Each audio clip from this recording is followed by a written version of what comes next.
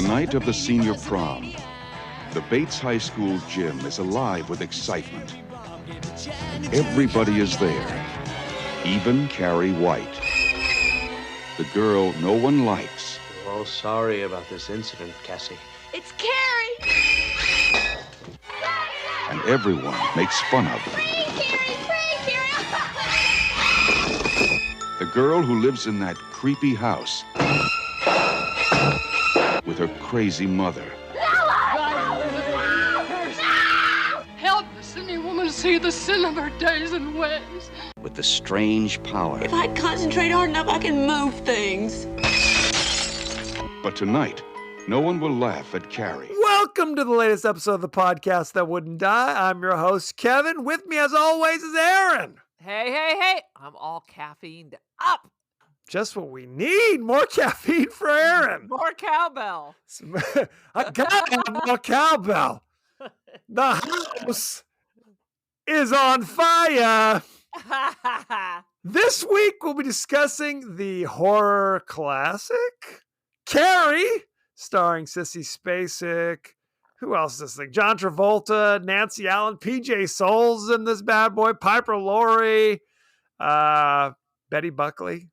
Amy Irving. That was the one. Good times. Wait, let me just stop Please. your ASS right now. Please. Because you said a classic with a question mark? Question mark. This is a very complex and nuanced film. That is true. I'm going to call it a film. It is not like Die Hard where it's just robot people jumping off buildings. This is... Why couldn't it be, is my question. Maybe that will be in the reimagining. Please. Something that came to me when I was coming in here to record this. Yes. It's a woman revenge fantasy film, one could say. Written by men, directed by men, screenplay by men, but strangely kind of true. I don't know. It's written as if they had a vagina and, in fact, were a girl in junior high. But what I was thinking is, Quentin Tarantino, the master of the revenge film, he only has, 2 more movies left? I think only one is what he said, right? Is it only one more? Maybe. He's only going to do 10, right? Something like that. So he has done the African-American revenge, the Jewish revenge, the Hollywood revenge.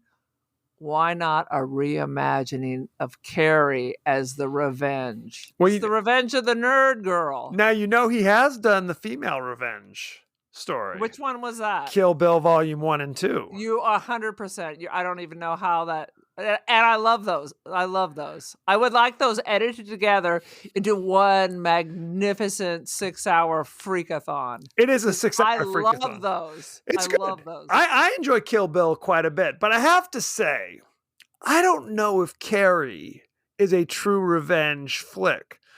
And I'm going to blow your mind because it almost seems like I hadn't seen this in a while. I read the book, I saw the movie, but it's been years and years. The book is fantastic. It almost seems upon this viewing, I should say, that it's like disparate pieces kind of stuck together. Ooh. Explain, Ricky, because I don't know what the hell you're saying. Okay, well, you got the nerd, cool, with the crazy mom. Got it. She's also she's got psychic powers, I guess, that only kind of pop up every now and again, right? Under stress. The principal messes up her name, so she flips out and smashes the ashtray. But there might have been a few things going on right before that. There were some things going on, but not in the shower. No psychic stuff popped up during the infamous plug it up scene. That's true. Okay. You think that would have been the time to have the trigger. You know what I mean? And then she goes to prom in a convoluted, what's her name? Sue Snell? Was that what it was? She's like, I don't ever remember anyone's real names. I only remember the actors. Amy Irving. Amy Irving says, I feel guilty because I was teasing you in the shower. So I'm going to make my captain of the football team boyfriend take you to prom, which seems bizarre. William Catt, the greatest American hero.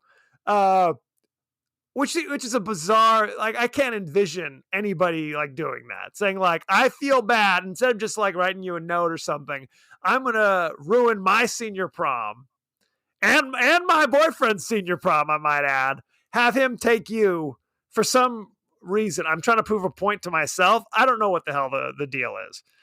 Well, he seemed not soulless at the end. He seemed lovely. He was not a bad person. He was kind of into it. I mean, they were kissing. Right. Yes. I'm not sure if that was in the script that A.V. Irving was writing. Right. No. Amy Irving is obviously not a bad person. She had a moment. She was swept up. We're jumping right into all this nonsense. That's what the Nazis said. This is true. Okay, give us your 30-second synopsis, because I'm going deep in this. Go for it. Boom. High school. Girls are monsters.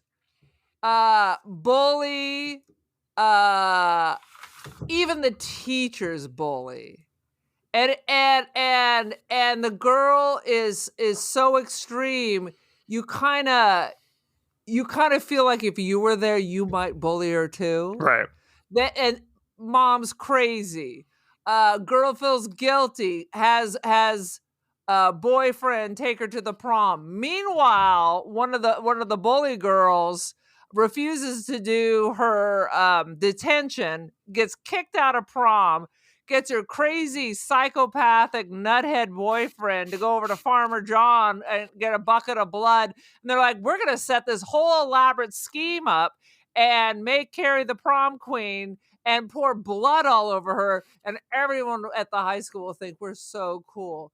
Uh-oh, I have psychic powers. It's like, what was that other effing Stephen King with Drew Barrymore? Firestarter. It was some Firestarter biz. Everybody's going down because now she's had like a psychotic break. So yes, there was a couple of psychotic kids, as you will have at your high schools. But everybody else is a whore. But now she sees everybody. They're all going to laugh at you, Carrie. They're all going to laugh at you, Carrie. Your dirty pillows.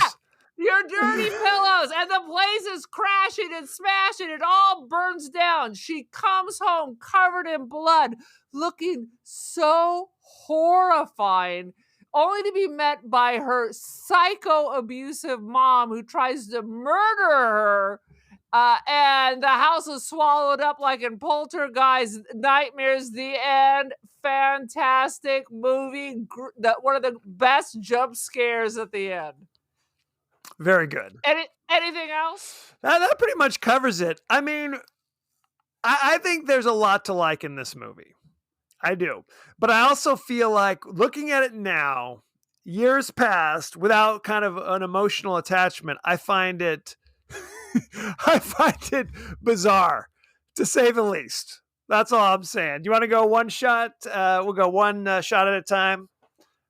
Okay, first of all, I just want to say, please, those uniforms they were wearing are, except for the color, the exact PE uniforms I had to wear in junior high, including we were forced to take showers. So you had to, junior high, strip naked after PE, take a shower, hand your coach, who stood at the end of the shower, a wet towel. Or you lost points for the day. They're trying to give you guys like hygiene. When I was in junior high or in high school, there were no showers. Thank you, Raymond Cree. There were no showers. We were not I mean, there were showers that were there, but there was no expectation that we were showering after class. If you had PE first period, you were stankified the whole rest of the day. Very sad situation. But I have to jump in. The opening is bizarre as hell because it is literally an extended, bizarro, slow motion, naked locker room shower scene. Okay, with a giant silver penis spraying all over Sissy Spacek. It literally was a close-up of the shower head is a giant uncircumcised penis. It has to be. I didn't see that, But I did see, like, I mean, I guess they're supposed to be like seniors in high school. Is that what we're supposed to think? Yeah. I swear to God, it is a minute and a half of slow-mo naked people, Nancy Allen, like they're whipping each other with their towels, naked slow-mo. And I'm like, what kind of movie is this? It's like if you just walked in, you thought you were watching Debbie Does Dallas or something. Like this is warming you up for the main event. I mean, it was ridiculous. This is what men think women do in showers. Yes. I can tell you why there's always some women that are absolutely, they want to have a conversation with you totally naked. In the most part, there is modesty in the locker room, and we're not grabbing each other's cooch or pinching our nips and ha ha ha, hey, what's up? No, none of that's going on. You divert your eyes. Unless someone has recently had implants, then for some reason they always want you to touch them, to have them. They're real. Aren't they amazing? They feel so natural. I'm like, I'm not touching your I have been to the gym at like the 24-hour fitness. You go play basketball for an hour and a half or whatever. Then you go in there to the locker room to change. And you'll see these dudes, 75 years old if they're a day, strolling the aisles, bone naked, like literally like, where's my towel? Cruising. It's cruising. You- It's De Niro or Pacino. It's cruising. That's what the bathhouses of the 2020s. The greater Bakersfield area. Oh, sweet Lord. They are so mean to Carrie because they're playing volleyball at the beginning of the movie, and the ball, they're like, hit it to Carrie. She sucks. And of course, they hit it to her, and it goes off her hands, and everybody is freaking livid, enraged, like they just lost the state championship. This is PE. It's PE. We'll live, right? No. It is. You don't have no backstory, but you obviously figure out that they've probably been doing this for, 17 years. Right.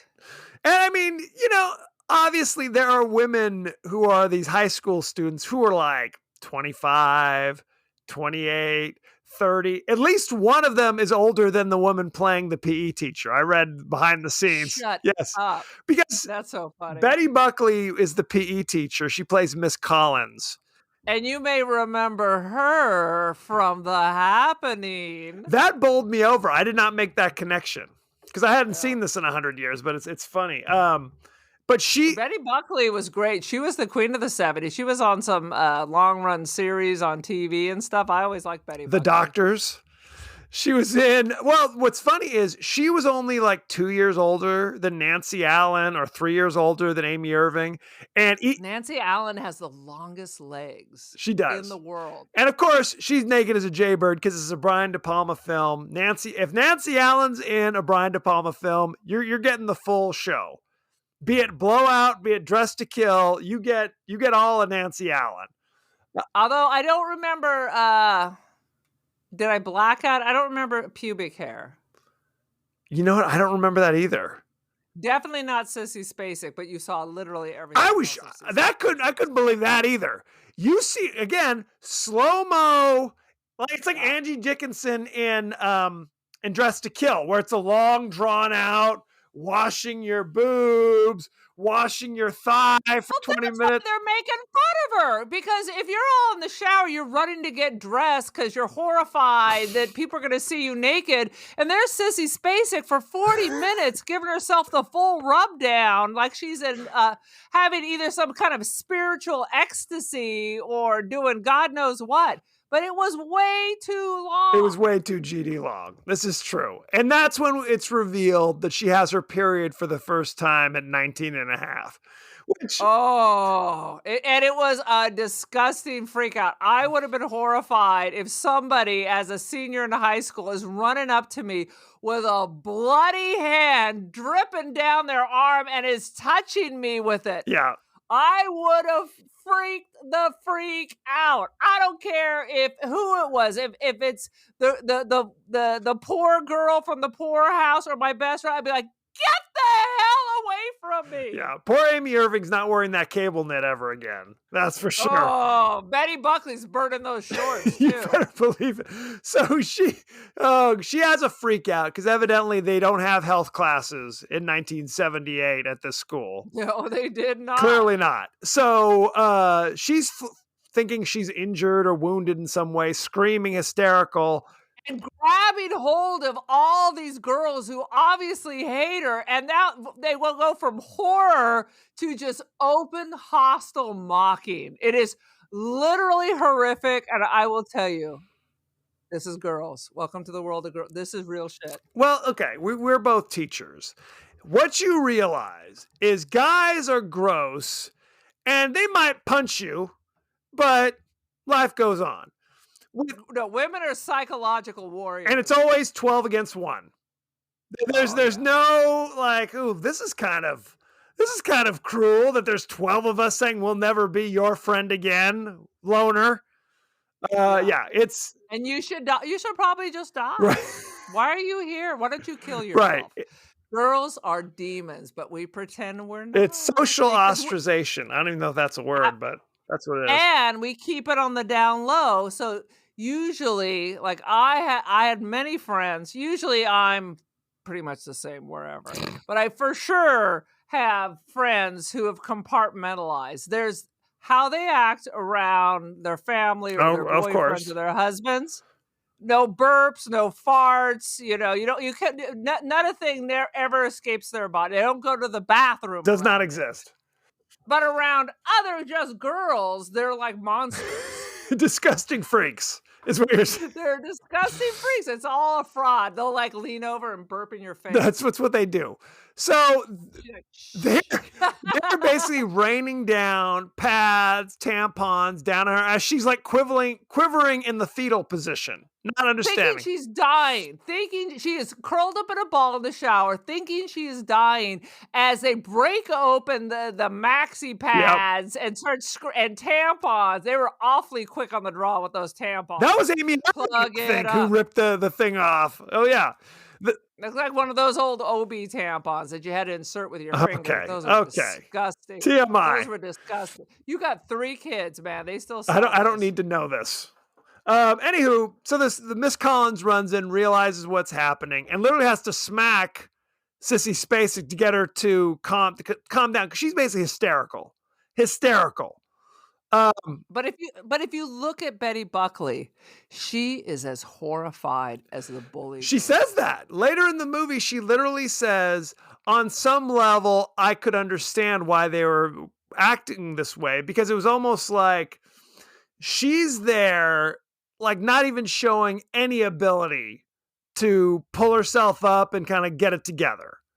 No, absolutely not. It's one of these things where like, why don't you know this? What's wrong with you? What you want to shake them. You want to shake them. And that's what it was. It was basically like it's like a weak deer with like a bunch of hyenas. We all turn into the hyenas when the one person's there like, oh, what can I do? There's nothing I can't handle. It encourages a reaction. I'm helpless. Yes. Yeah. A visceral reaction. Even if you don't say or do anything, you just feel it in your gut. You're like, what? Right. Get it together. Come on. Yeah. So they send Carrie home because this is too much. They know she has a crazy mom and they're just like, okay, well, whatever's clever. Oh my God. And that mom has been parodied everywhere. The Simpsons do a fantastic version of her. Oh, yeah. Her mom, I guess, is some kind of crazy religious zealot who goes door to door spreading the gospel, I guess. Oh my God. There's that scene where Amy Irving's mom like answers the door and is just basically like, here's $5. Leave me the hell alone is basically what it is. I don't want to sit and talk about the Bible. Here's $5 for your ministry or whatever it is, and I'll see you on your way. Essentially, I like the fact that Amy Irving's not even home from school, and mom's halfway through a large tumbler of vodka watching Days of Our Lives. That's what you do that's what you do now. Frankly, if you're home, why not? I think Days is still on. There's only a few daytime soap operas left. I'm sad to say. Maybe it was Young and the Restless. Also still around. Good times. Victor Newman. Victor Newman. So all the Miss Collins basically punishes all the girls in the PE class, basically saying, I wanted to suspend you for a week and, deny you your prom tickets, but instead you're going to have detention for a week. Is how we're doing it. Well, and this is why I say it's kind of nuanced, because I feel the Betty Buckley character, the PE teacher, I think was probably shocked by her own reaction. Right. So by punishing the girls, she's punishing herself, because I don't know about you, our PE teachers do not do the exercises. Right. She's in there doing it. It's with them. Yeah, you're right. She's doing it. I don't know when things change, but our people just shout orders and wear shorts and look like they're busy. You know what's interesting? And this is one of the better acting moments from this movie is in that locker room when Miss Collins runs in, sees what's happening, and she confronts Amy Irving, who's the good girl in class, and is like, what are you doing? And Amy Irving starts to kind of like explain and justify why she's behaving this. And you can kind of see the change in her face as she's explaining, like, you're right. What am I doing? What? That's what I'm saying. There's acting in here. There's real stuff. And as a teacher, you know your kids. Yeah. Like, she knows Mrs. De Palma is a bully and a monster and a freak. But she's, of course, pulls Amy Irving because she knows she is not. Right. Like, what are you doing? You know what I mean? Like, what are you doing here? Absolutely. It was a good acting moment. That transformation in the face, you could see it. Yeah, because it's like that group hysteria. The mind mentality. Like, she's lost it. It's the mind mentality. She's lost in it and has lost her critical thinking, and then all of a sudden, like, is snapping out of it. Right. Well, and that's the difference between good actors and bad actors are the eyes. The eyes are the mirror of the soul. The people who are lousy actors, basically, they've got the lines memorized. They say it with the proper inflection, but their eyes are dead. Right. They're not feeling it. They're pretending to feel Exactly. The best actors, it's all in the eyes. It appears there before it appears coming out of their mouth, essentially. 100%. I have never had a problem with Amy No, Irving. excellent. She was in one of my favorite romantic comedies, Crossing Delancey. I loved her in that. I know it well, with Boone from Animal House. Yes. Yeah. Oh, the pickle man. What's his name? Peter Riegert, I believe. Yes. 100%. Know it well. I don't know it that well. I think I've seen it once. So that's one of those good moments. So there's real moments in this movie.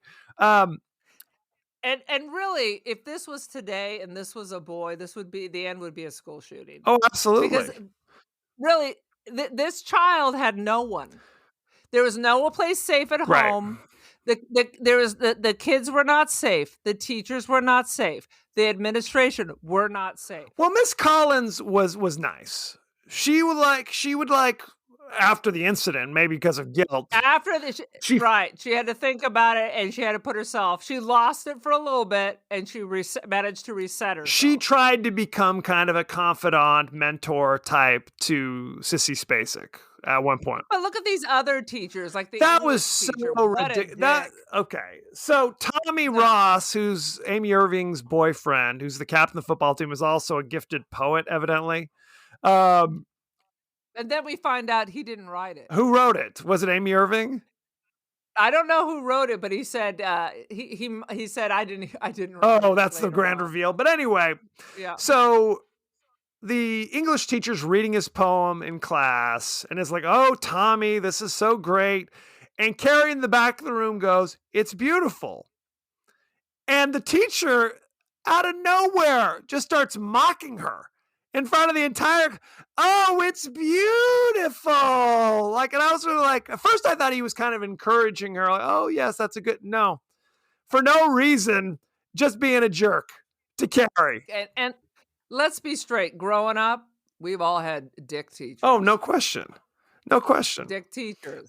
But he was very over the top. Like, to the point where Tommy Ross, who at this point has no connection to Carrie, literally says, "You suck," to the teacher Yeah.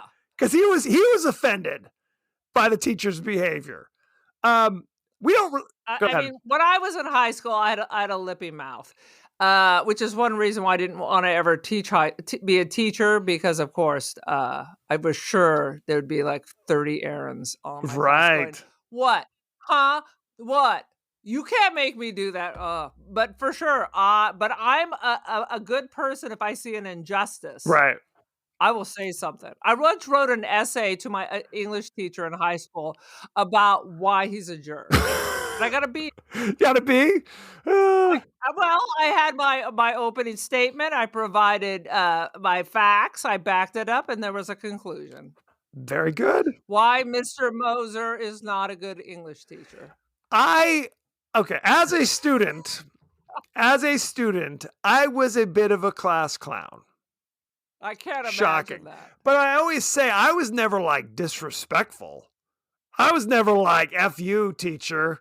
You can't make me. No. That was Aaron, evidently, but that wasn't me. No, I was not like that. No, I was upset with him because there was a kid in our class who kind of had a stutter, and we did a lot of read out louds, and he was always like rushing him, which of You course can't do makes that, everything right. worse. Which just be patient. We'll get through Julius Caesar, dude. Just chill. Right. Did he? So he gave you a B and said like, "You give me some things to think about." No, he didn't say that. He just corrected some grammar and gave. He didn't give you an F though. He didn't say, "Now we're having a parent conference over this." Hey, I was a solid C student, so a B means I was doing You something got right. to take that. So Encourage me to speak up more. Boom. Miss Collins is having the detention, and Nancy Allen, and her name is, God, I can't remember.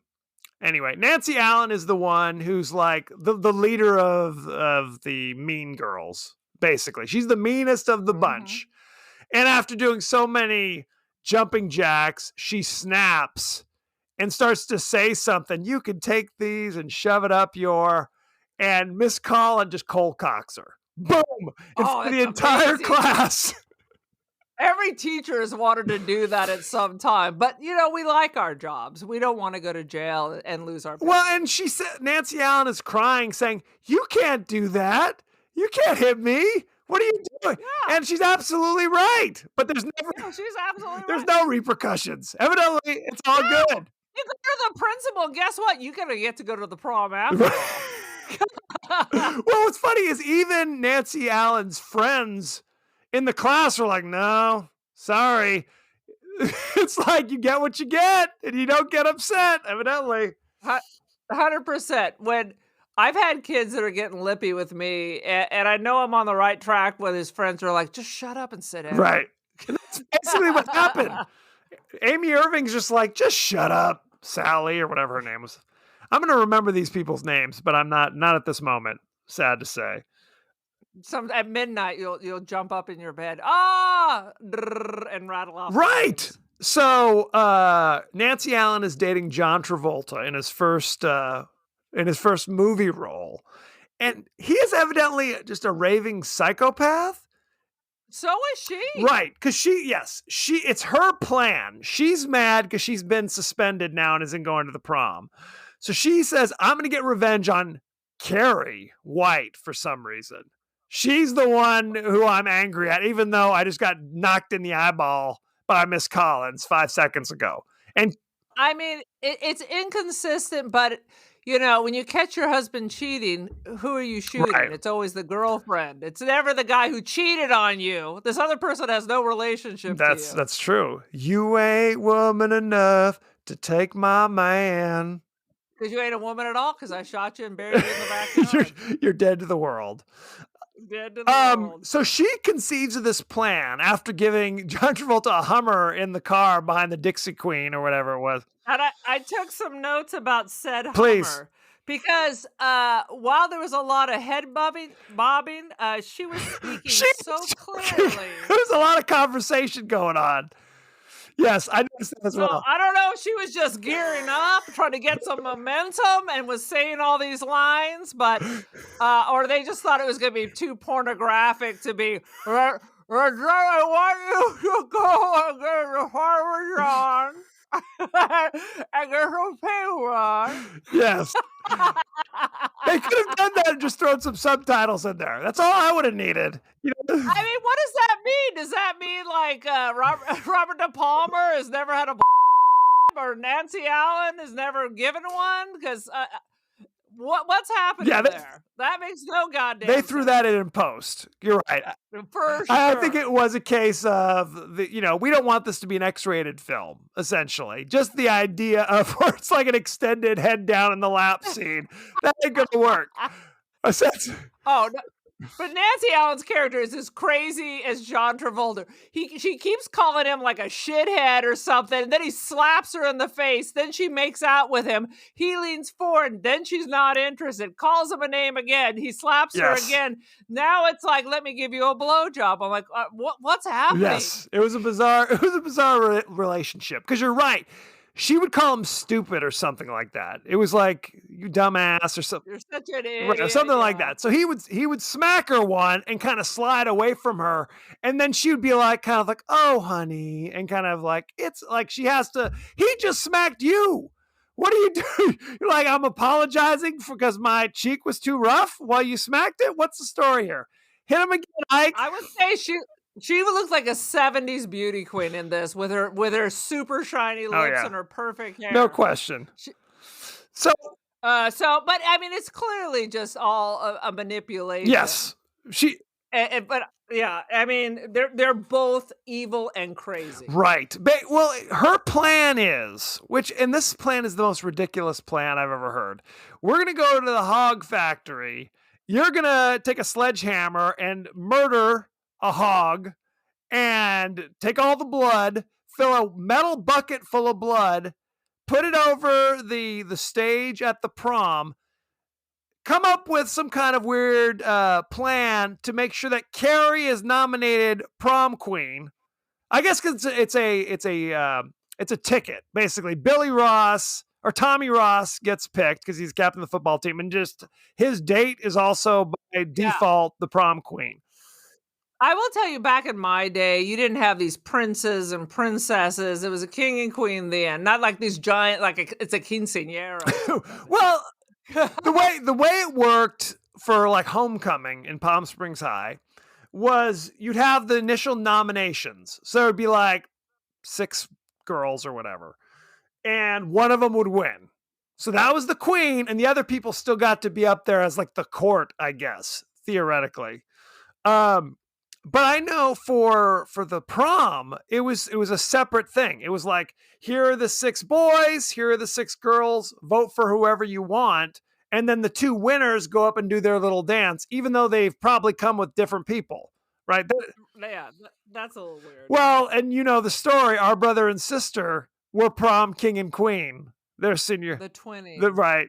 They thought it was. Is that like the Chinese? It was. Well, it was basically prom in Appalachia. Is what it was. It all goes back to flowers. It is VC Andrews at her finest. This is how it starts. So Carrie will be on the stage, and then they'll pull a rope and then dump pig blood on her in front of the entire, the assembled people there. And what's supposed to be the reaction of the people who witness this? Are they supposed to laugh that someone's been doused with pig blood? Is that supposed to be funny? You know, my brain goes in weird places. Please. So the minute, because I have looked up recipes on how to make black pudding. The problem with blood is it can absolutely. So, I mean, when did they get this? Was this the night before? I guess. Right? I mean, is it a bucket that's been sitting in the back of his pickup truck for a week? Because the smell would have been. Otherwise, it would have been like a 50-pound lump falling on her head. Right. Well, I guess sitting here now, is it supposed to be a callback to her period? Is that why it's blood? Oh my God, that's deep, bro. Is that what it's about? Because otherwise, it makes no sense. And you think the people would be horrified. Like anybody who was there would have been disgusted, revolted, and been like, what in the hell is this? Like nobody. Well, it goes back to their psycho nature, because while they're and it actually is Farmer John in Los Angeles. Oh, is it was in my really? Atlas, and it's painted like that. In my old, I don't know if it's still there, but when I first moved to LA, it was the not Atlas Obscura, but it was like Bizarro Los Right. Angeles. And it was one of the sites. So his friends are there all drunk and yeah. But when it came down to it, they're like, dude, I ain't doing this. Right. And then John Travolta goes, all right. And Nancy Allen oh my God, it is cheering him on, screaming, you do it. Oh my God, like in a frenzy. It's like the same frenzy she had with the Plug It Up. Oh, totally. It's like a bloodlust, No question. Ooh, back to the and when blood. it goes down, the only one who's really like laughing and celebrating in the crowd is PJ Souls with her crazy red PJ Soul baseball cap. and one dude and one Norma. Yeah, I love PJ. Norma and those two idiots. Those two idiots basically are the only ones. Everyone else, rightfully so, is horrified. I would like to see, like, I would always wonder, so, like, if she didn't have psychic powers, what would have become of these terrible people? Right. Like if she didn't have psychic powers and just had to, like, be taken home, what would have happened? Would they ostracized, arrested? What would have happened? Exactly. It's who the hell knows? Who would be around? Whose parents would ever allow these people in their house? Right. They're monsters. They are like unmitigated monsters, really is what it is. But I was looking at it, it's like, there was like 6 couples chosen, and there was a secret ballot that you were supposed to vote for. And I kept thinking, right, like, you'd have to know who somebody's date was in advance, I guess. You had to buy tickets in advance, and they made a point of saying you can't come without a date, which is freaking ridiculous. They actually, I wrote that down too. You can't go without a date. Palm Springs High School. What? I didn't go to my senior prom. There were a lot of people who didn't go to the prom. They didn't have dates, so a lot of people had like parties at their houses. Well, okay, there's always people who can't get the dates. We call them incels. No, but it's like there was no rule. Like oftentimes you'd get a few girls going with their friends. Basically, a group of girls would go to the dance together. Yeah, not when I was there. Now, not in 83. You know what's funny is now the pendulum has swung the other way, where you can't bring a date. Have you heard that? Oh yeah, no. Because it's that thing where it's like, if you can't get a date, then you feel like you can't go, so you miss out on this crucial, I don't know, signpost in your life or whatever. So no. What does that mean you can't bring a date? You buy separate tickets and you're just hanging out together the whole time. What does that mean you can't bring a date? I mean, I know you guys are a couple. You can get over there. Get out of here. No, I mean, but it's basically the idea is, now, once you, obviously, there aren't laws. It's like, oh, whoa, did you guys arrive together? Sorry. No can do. Call your mom or I'll call the cops. It's not like that, but the idea is to make it kind of like, oh, we're all just hanging out together, even though I'm still the loser sitting in the corner by themselves with no date or no friends. So who knows? It's not my law. I didn't make it up. It's a sad situation. Mm-hmm. We have a hard time selling tickets to our dances. We've had them canceled. Oh, really? Why? Lack of interest. See, at our middle school where I teach, we have them. We have them all the time, but it's meant to be kind of casual though. It's like right after school. It's not, no one's showing up wearing tuxedos or anything. It's just kind of like whatever. Oh yeah, that was a thing. Well, when I was at boarding school in Arizona, they rented tuxedos, and we all had long dresses. Tuxedos are only for the prom in Palm Springs High. Prom. Now, for the other dates or the other dances, you just have like a suit or a nice dress or whatever and call it even. One of those tuxedo T-shirts.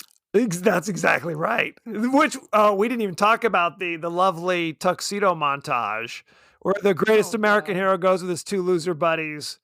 And try on, and they both, 2 of the 3 have ruffles on their tuxedo shirt because it is 1977 or whatever it was. It is a style. I went to a prom in 1980, and I will tell you, all these assholes rented yellow tuxedos, purple tuxedos with baby blue Oh, yeah. tuxedos with coordinating ruffles. Well, and you have like the lapels are so or big. tails. Or tails. Right, like they're Fred Astaire or somebody.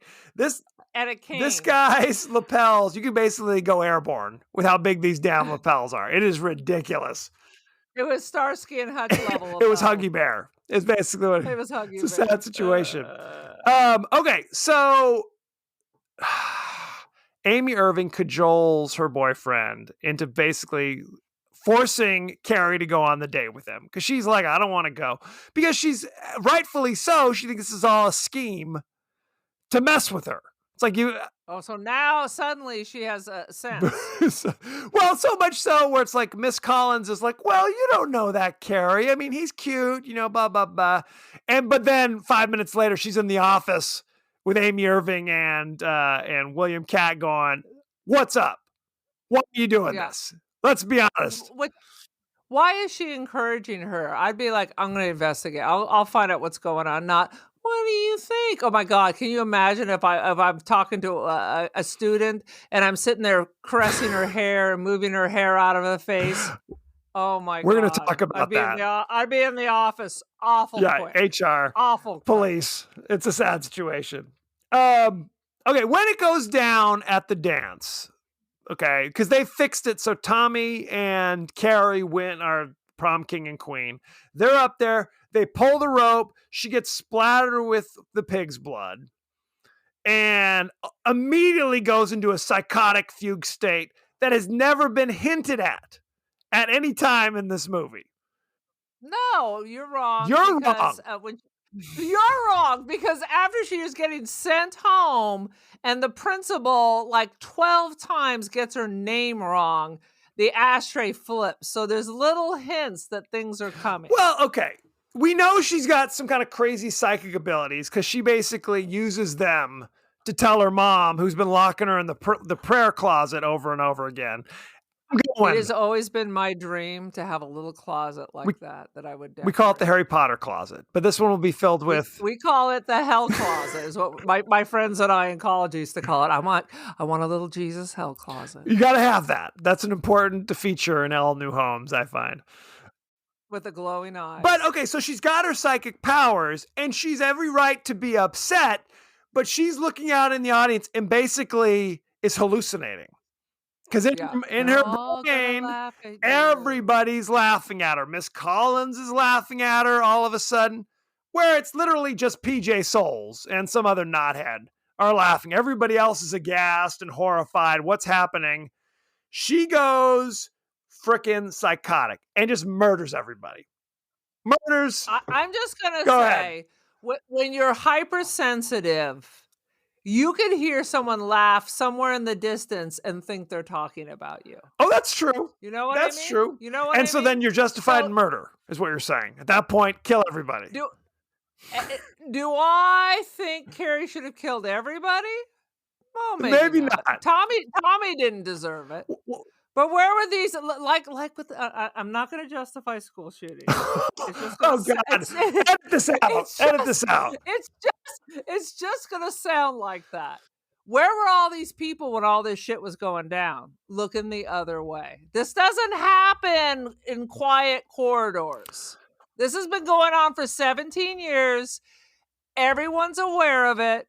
No one's doing shit. Everyone knows the mom's crazy. You and I saw any of that shit going on, we would have had to report it. Well, that child would have been snatched. Well, here's the cold hard reality as educators. This stuff is not happening in our classrooms, right? There's nobody bullying a student right in front of a teacher. It's usually happening out of the eye of the teachers, and oftentimes the victims are not reporting it. Well, 100%, but those kids know. I mean, we get a lot of fights and stuff, and what happens is maybe the kids start backing down, like maybe they don't want to fight each other, but the crowd starts closing around, pushing them together. It's the plug it up mentality. Oh, yes. And then they start throwing stuff at the kids, trying to get them to fight, that's true. so they can record That's true. All you're saying is true. But what I'm telling you is that as an educator, it's like when you hear about stuff, you try to react to it. Right. But oftentimes the victims don't want to say anything either. So it's hard. 100%. It's hard to deal. You try to step in. You notice a kid's kind of alone or doesn't have any friends. You try to do things to try to encourage, because you want school to be kind of a safe-ish place, right? Right. We're here to Oh learn. my God, this is gonna be literally our least funny podcast. It's all very triggering and It is. upsetting. It's very upsetting. But my one last thing is now on our kids' ID cards, we have QR codes. So they can anonymously report things. So at first we were putting them on the walls, but then a kid would have to walk up. Now it's on their little ID card so they can scan the QR and make an anonymous report right now. Oh, that's interesting. Yeah. Anyway, my point of all this is, and maybe it's a bad point, is that Carrie becomes a raving lunatic seemingly out of nowhere, in my opinion. You feel it's all predicted beforehand because, and this was my point earlier that I started to make, this isn't a true revenge movie. Because this isn't like I spit on your grave or something. Because typically there's kind of 1 act, 2 act, 3 acts. In act 1, the person is abused and bothered. Act 2 is they're getting ready for their revenge. And act 3, this is not premeditated. No. This is an atomic bomb has gone That's exactly right. And it's like poor Tommy gets hit in the head with a 50-pound metal bucket. Yeah. And they try to carry him off somewhere, but I guess he just perishes in the flames. He does. It's like literally she broke. Right. That's what happened. An atomic bomb went off, and quite frankly, she looks so terrified. Oh, that's true. Covered in that blood with her eyes bugging out, just looking. She looks terrified. And then walking down the street rigid with her arms sticking out, covered in blood in that slip dress. Kind of walk, right? Oh my God. There's some powerful images. No, it's good. The fire hose is spraying people, like the rafters crush poor Miss Collins.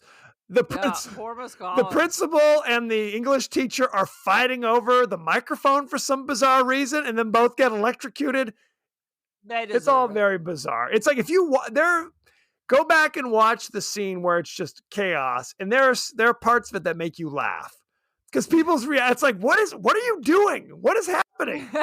It's supposed to be chaos, but people's actions are just like kind of comical on many cases. Meanwhile, Billy and Nancy Allen are like up looking down through the window going, oh my God, what's happening? And they try to escape in their car and are driving down the street. Somehow Carrie gets in front of them. They got outside before all the shit hit the fan. Right. They escaped after they pulled the bucket. But Carrie is now 30 yards ahead of them. They're in a car. How did this happen? Is that another one of her powers? Maybe so. Very sad. Magic. She uses her powers, causes them to go into a car accident, and immediately like hits them with a fire starter thing with a car just to burst into flames. That's what they get. That was it. That was ball game. She goes home and is now seemingly okay again. Did you notice that? Yeah, as soon as she was like walking by her house, turned her head, saw her house, and kind of snapped back. Snap back. There's nothing. And now she's looking for comfort from her mother. Poor lady, where she was not going to find it. And there was no scene of her going like, damn, what did I do? Not at all. There's no remorse here. You're right. She goes to her crazy mom expecting comfort. Oh, they did laugh at me. They ruined my fancy pink dress. And the mom tries to murder her. Stabs her. Horrible. Sad situation. Horrible. She's like, just hold me, Mom. And of course, she gets nothing from that crazy mother. Gets the edge of It's so sad. It's so sad. She's been betrayed by everybody. And then her mom, she's like, just hold me, Mommy. And stabs her with a big knife she's got hidden. But not enough to kill her. So, no. And now, does Carrie bring the house down on top of them? I think so. I think at the end, it's all just like, it's like all her powers are loose and just imploding in on herself. It's like She's dying. There's nothing left. She crucifies her Yep. mother, who's now coming down to get out, and it's just like the cross in the little hell room. Yep. And then the house comes down like poltergeist. But she seems confused, like, oh my God, what's happening? But you think it's just power overload at this point. I think it's power overload. She doesn't have any control over really what's going on. It just seems to just be erupting out of her. And she's probably dying. Oh yeah. And with her last strength, her mother is exactly like the crucified Jesus in the hell room, and the crucified Jesus even has hair just like mommy. Oh, that's true. There's a foreshadow. There's a foreshadow there. So she's literally yanking her mom. So now her mom's in her doorway, impaled like Jesus with all like the arrows, but they're cookies. Right. And she's pulling him, and one arm is stuck, and she has to yank on her to get the arm off, and she drags mommy into the hell room until she's just knocked unconscious by beams and stuff, and the whole house is swallowed up to nothing. Swallowed up to nothing. The whole class dead, except for Amy Irving, who of course did not attend. But she's having some PTSD. Well, she watched it. Now, I must have fallen asleep at one point. How did Amy Irving go from inside to not inside anymore? She just walked out the window, or Betty Buckley. Amy Irving saw what was going on. She saw the string wiggling and followed it, went around to the front of the stage, opened the curtain, and saw John Travolta and what's her face under there, and is turned around and trying to alert people. And Buckley grabs her because thinks she's trying to ruin this prom thing, drags her outside and pushes her outside and locks the door. Gotcha. So she's on the outside banging while all and then the shit goes down. And then there's the iconic moment at the very end in the nightmare sequence where it's Carrie White burning hell, the gigantic cross in the lot. I always remember that Carrie White burning. And Amy Irving is, I don't know what she's doing. She's placing flowers on the grave or something. She's putting flowers on the grave in the hole that used to be where the house is. I think the Simpsons house also got swallowed up. And as she's laying it down, a hand reaches up and grabs her. Iconic. That was an iconic moment, no question. Iconic. I think that's about it. Anything else you want to say about We should probably talk that Stephen King, who wrote this, was also, in fact, a high school English teacher. He was. Maybe he was that English teacher. He was that English teacher. Go ahead. Maybe the bad English teacher is somebody he worked with. He was an English teacher, but I think he also felt he was a little bit of Carrie as well. Right. It's a combination. He says it was a combination of students that he knew growing up, which, I mean, frankly, you can go back into your own youth and remember those kind of social pariahs. And frankly, I think everybody feels like a social pariah at one time or another in their youth, you know? So it is, on some level, it's meant to be the Nerd Strikes Back, Revenge of the Nerds. Is that where they got the idea for Revenge of the Nerds? No. Like a happier Carrie. It's right. That's exactly what it is. Are you ready for behind the scenes? I just want to tell you in my notes. Please hit me. That I have the word penis written at least 3 times. Of that, there can be no doubt. Of course. Well, you thought the shower nozzles were very penile. You need to go back to the beginning. That's what I'm talking about, right?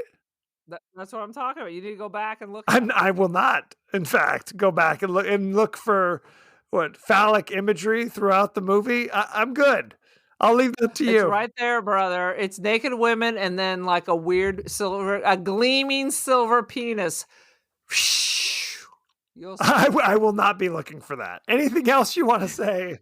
I'm going to go on YouTube and find that scene and send it to you. Oh, sweet Jesus. Thanks for nothing. Anything else? No. Okay. Well, let's hit behind the scenes. Sissy Spacek actually did not resemble the Carrie from the book physically.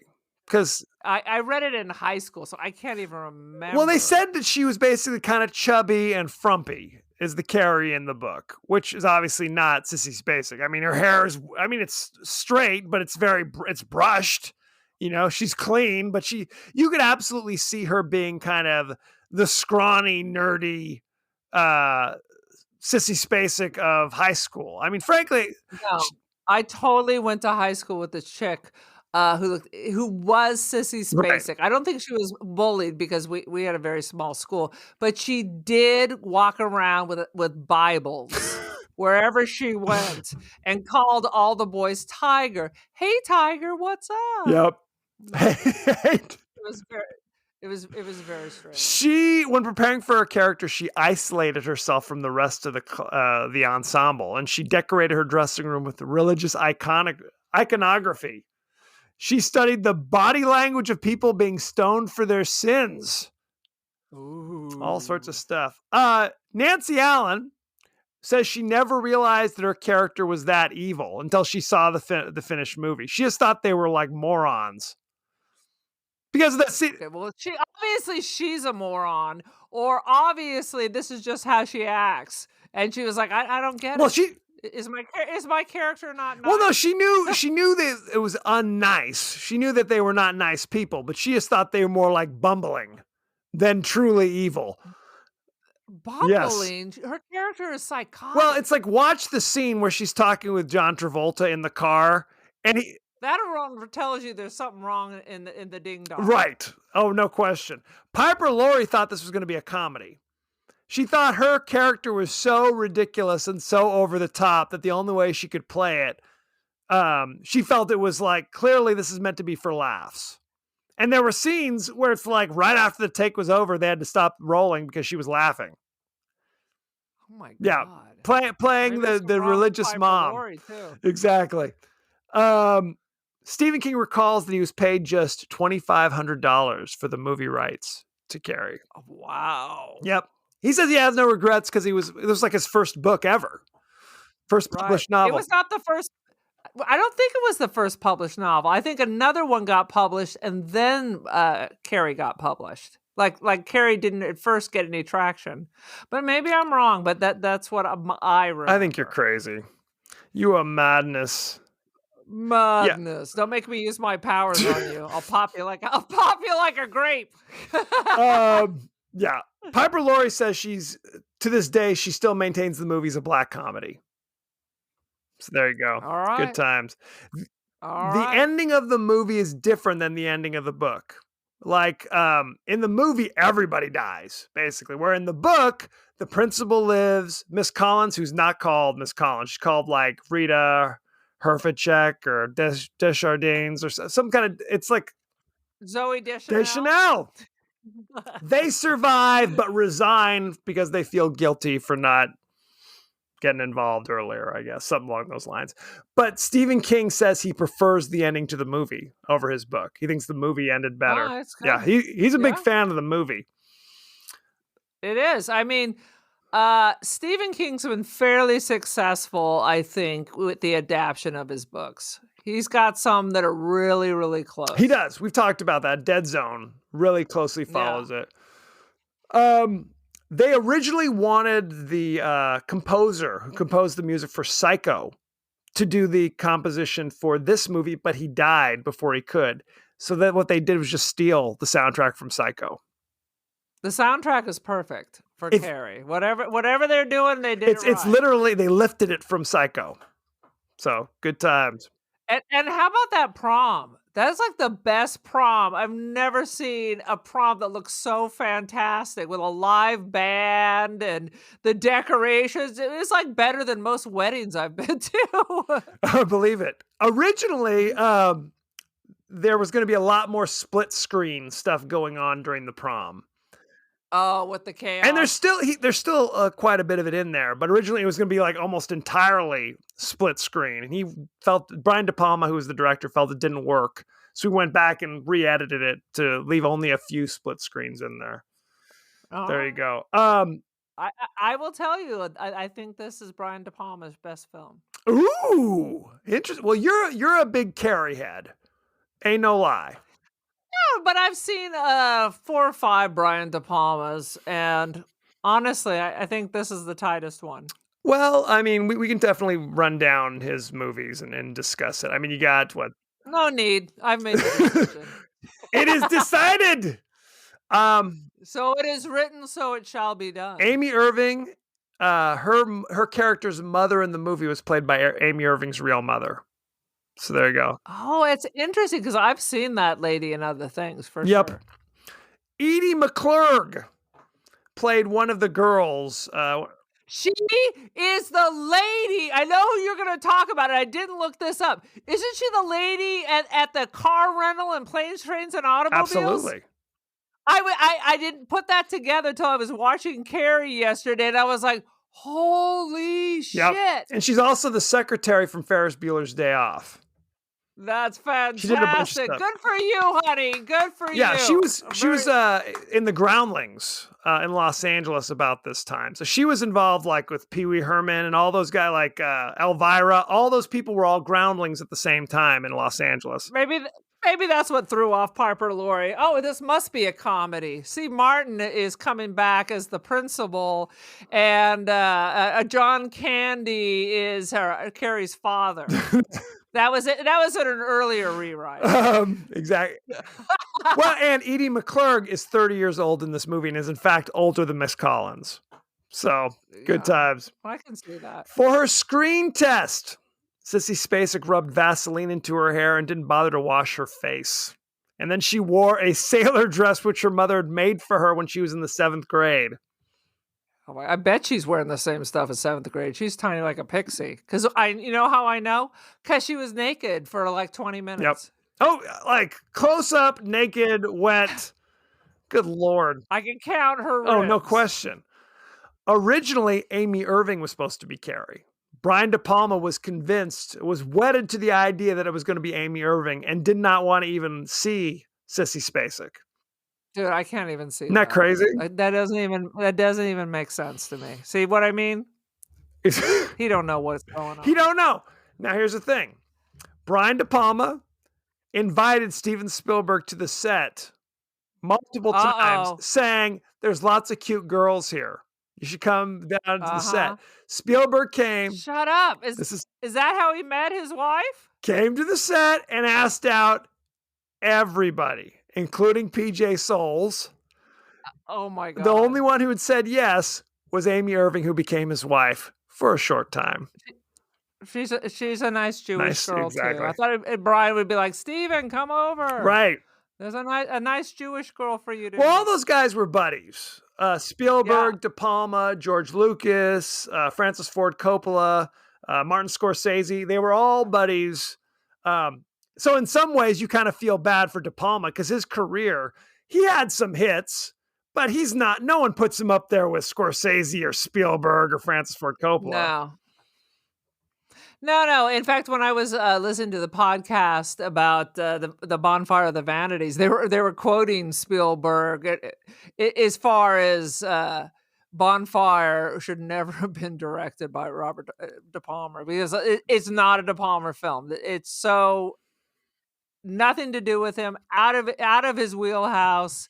What was everybody thinking? Well, and he had a run, and we've talked about this before on other podcasts, where Brian De Palma was considered like the master of the macabre.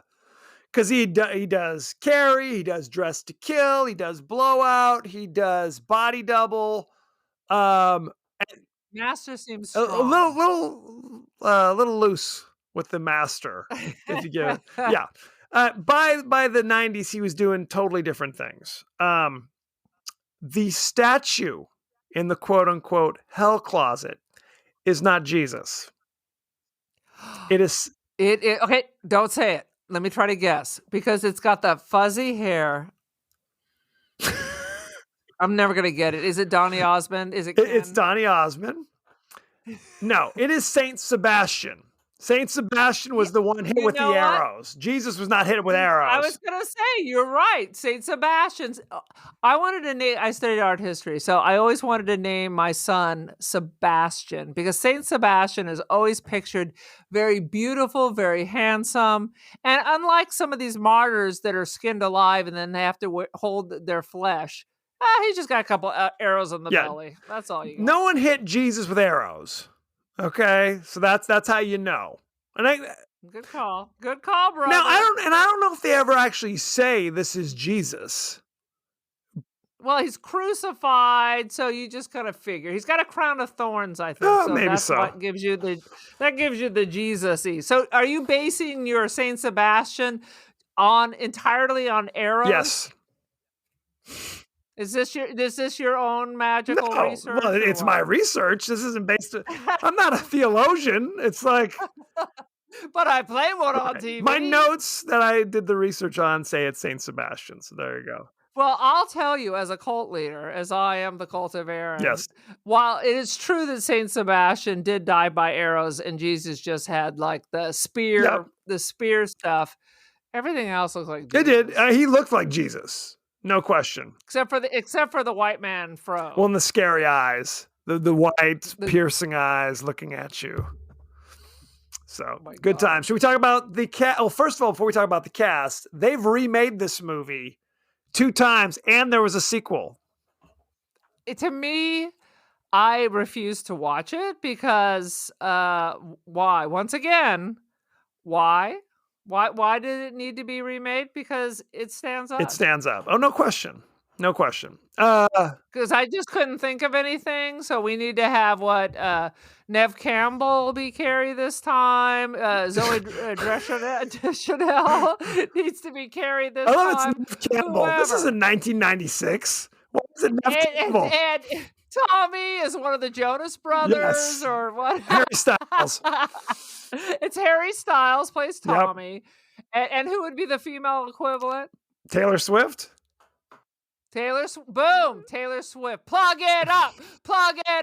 Taylor Swift. And there's a Carrie the musical, by the way. I asked if there's a dance montage in the shower room singing Plug It Up. Oh my God.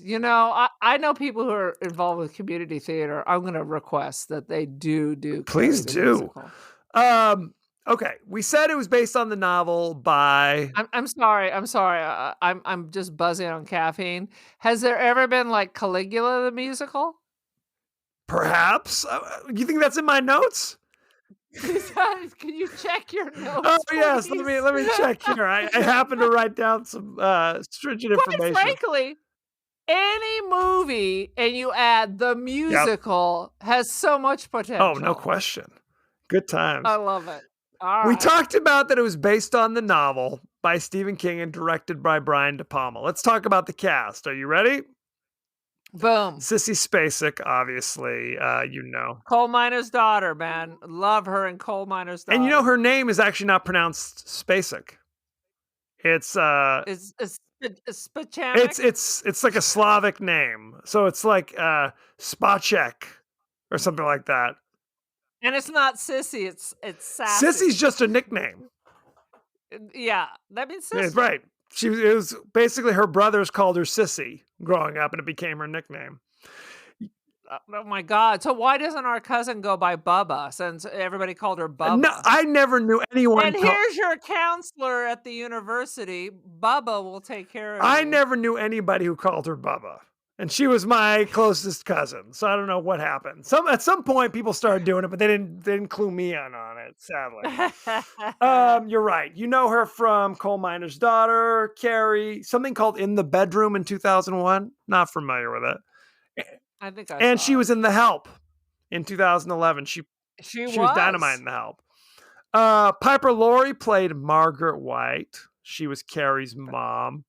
You know her from The Hustler in 1961, and she basically had stopped acting after The Hustler in 1961 and had to be coaxed back to be Carrie in 1976. She was in Twin Peaks, and she was in The Faculty, that horror movie. I did not see that. Maybe we should watch it. It kind of brought her back. Like being in Carrie kind of brought her back into being in movies. So there you go. I will tell you, if they said, Aaron, we're going to redo Carrie, after I swear at them for doing it, but they say to me, but you can pick any role you want. I would I want to be Piper Laurie. That would be the character I would want to But again, play. Piper Laurie, not a character, an actress. You want to be Margaret White. You know what I'm Damn saying. your eyes. Margaret Bork-White. That's it. I'll be a photographer also. There you go. Bring it all home. Amy Irving played Sue Snell, so I was right about the name. You know her from Traffic in 2000, Carrie, something called Adam in 2009, Crossing Delancey, like we said, in 1988. And she was Steven Spielberg's first wife for 5 years. Not very long. He left her for Kate Capshaw.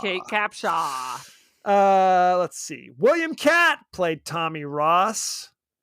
He was a good-looking boy with that curly blonde hair. You know him from House. There was a horror movie called House that he was in 1985. Greatest American Hero, Carrie, something called The Man from Earth in 2007. Don't know it. Is that the man who fell to Earth? Was he David Bowie? He was David Bowie. He played Bowie in that one. Travolta. John Travolta played Billy Nolan, the psychotic murderer of pigs, evidently. Pulp Fiction, Get Shorty, Grease, Saturday Night Fever, good times. Urban Cowboy. He was one of the sweat hogs in Welcome Back, Kotter. Let me ask you this question. When you saw Urban Cowboy, did you think that John Travolta was actually our cousin Mike? No.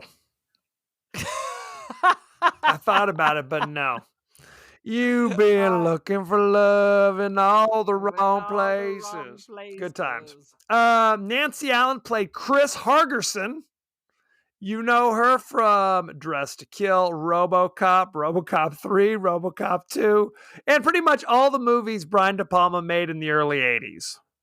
I will tell you, this is probably some of her best acting. She's always good, though. I don't watch her going oh, she's lousy.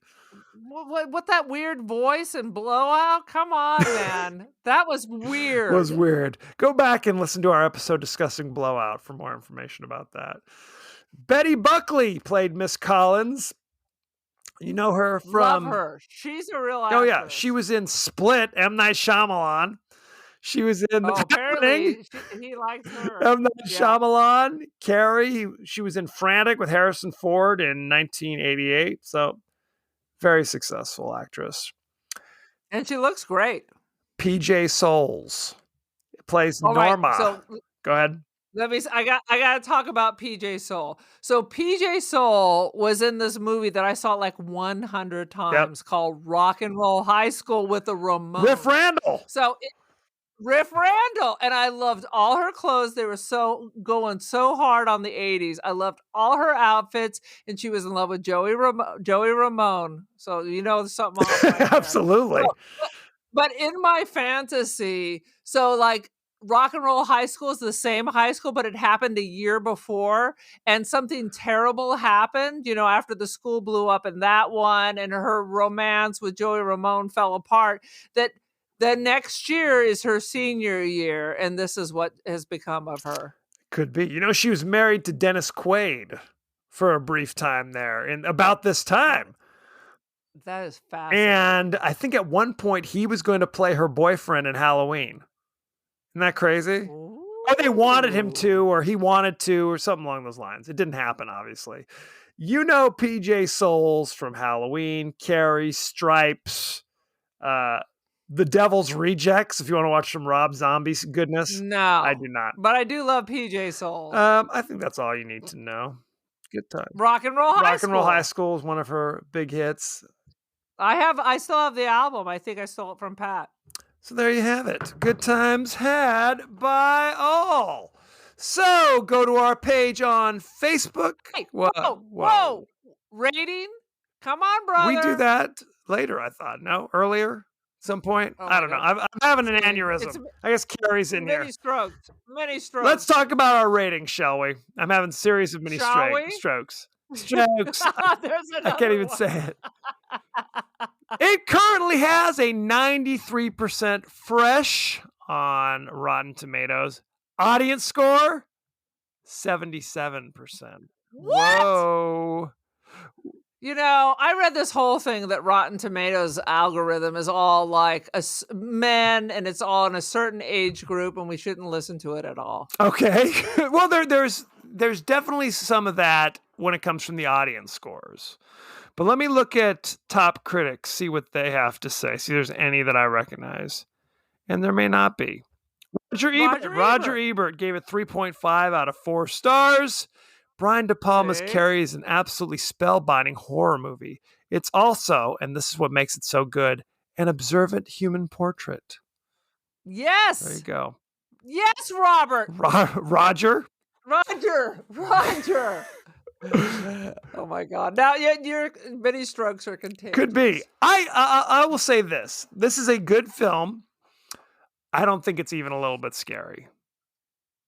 I'm not concerned about it. I will tell you, I'm not afraid that Carrie's going to come and mess me up. Right. But there are points where she looks terrifying. I mean, there are parts that, her abusive mother is just is creepy. You're not, I scream at the end every time when that hand pops up. Every time. Come on. Don't make me slap you. Okay. And then she looks terrifying covered in blood. With her flighty wildcat eyes. I wrote down wild eyes like a rabbit. Oh, that's true. Like darting around, covered with blood. She looks so creepy. Well, the performance is great. Performances are all good. She should have been nominated for something. 100%. She should have been nominated for something. But they don't do that for horror Was she nominated? Let's see. There might have been some nominations. Or not. Here we go. Nominated for 2 Oscars. See? Best Actress in a Leading Role, Sissy Spacek, nominee. 100%. Best Actress in a Supporting Role, Piper Laurie. There you go. No wins. There you go. Very sad. No, she was amazing. I wonder, did she must have won for A Coal Miner's Daughter. I think so. She was amazing in that too. No, but she should have won. I mean, I don't know what she was up against, but she was 100% in that role. No, it's a well-made movie with great performances. I just don't find it scary at all. And I almost hesitate to call it a horror movie, frankly, because of that reasoning. Oh my God. I'm just going to have to say this is your misogynistic viewpoint. Could be. I'm very sad. I'm going to go on to the Progressive Family text stream, and I'm going to out you as the monster you Clearly. are. So what is your rating then? Oh, it is 5 out of 5 OB tampons thrown at people that argue with me. Oh, sweet Jesus. Boom. This is a solid movie. Boom. I don't know. I give it 3.5. What? 3.5 loquacious hummers in the front seat of a car. There you go. Oh my God. So you literally gave it the same rating that I gave like Basket Case? You gave Basket Case 3 point. There's no way you gave Basket Case that high of a score. Good Lord. I gave it like a 3 or a 2.5. How dare you say? I say good day, I sir. say good day. Say good day, sir. Sweet Jesus. No, I would say it's definitely worth seeing. Maybe 3.5 is too low, but it's definitely worth seeing. But if you're looking to be scared, I just don't think this is the movie for you. It's disturbing. Yes. It's more disturbing than scary, but I mean, reflect on your life. Reflect on your lives. So there you have it. Now let me start my screed again. Go to our page on Twitter at TPodcastTWDie. Go to our page on Facebook at The Podcast That Wouldn't Die. Aaron, we're on Instagram. We are on Instagram. We are The Podcast That Wouldn't Die. With all those underscores. So check that out. You can email us at thepodcastthatwouldn'tdie at gmail. We are at Spotify, Apple Podcasts, Good Pods, anywhere the finer podcasts are available. So make sure you like, share, subscribe, rate. Only 5 stars. And whoever you are who gave us that 1-point rating with no comments, obviously you're a sociopath. So It might have been me. There. It's hard to say at this stage of the game. Oh my God. So it's Jekyll and Hyde. So It's Jekyll and spread Hyde. the word. Now, Aaron, you were also on social media. I am on the social media. I am the cult of Aaron on the Twitsky and the Insta. I am also Don't Feed the Pigeon on the Insta. No direct messages. Don't do it. And although I hear Kevin's on Parlor now, so you might want to look for him there. I'm on 4chan or whatever it is. 8chan, One of the Chans. Two Chan. That's what it is. Q-Chan. So good times. Next week we'll be discussing is it a horror movie? Last Night in Soho, the Edgar Wright. It's a mystery ghost. It's a mystery ghost story. It stars Anya Taylor-Young, or that's not even her name. What is her name? Anya, isn't that the chick from Pippi Longstocking? No. I don't remember what the woman's name is, but anyway, she's in this as well. Sadly, not in theaters. I don't think it's in theaters anymore. But you've got to pay full freight if you watch it stream. You're going to be dropping 20 bones. I was hoping by the time we had to review it that it would have loosened up a little bit, but apparently not yet. This is what happens when you do the new classics. So we'll be reviewing that. Classics. So check that good stuff out. And check out Malignant, even though Kevin didn't like it, but clearly Kevin has no. I didn't hate it. Let's not get carried away. It's right up there with Carrie. Don't be Gene Siskel and me. Or Robert Ebering you. Good Lord. So there you have I've had way too much coffee. Thank you very much and be well. Later, skaters.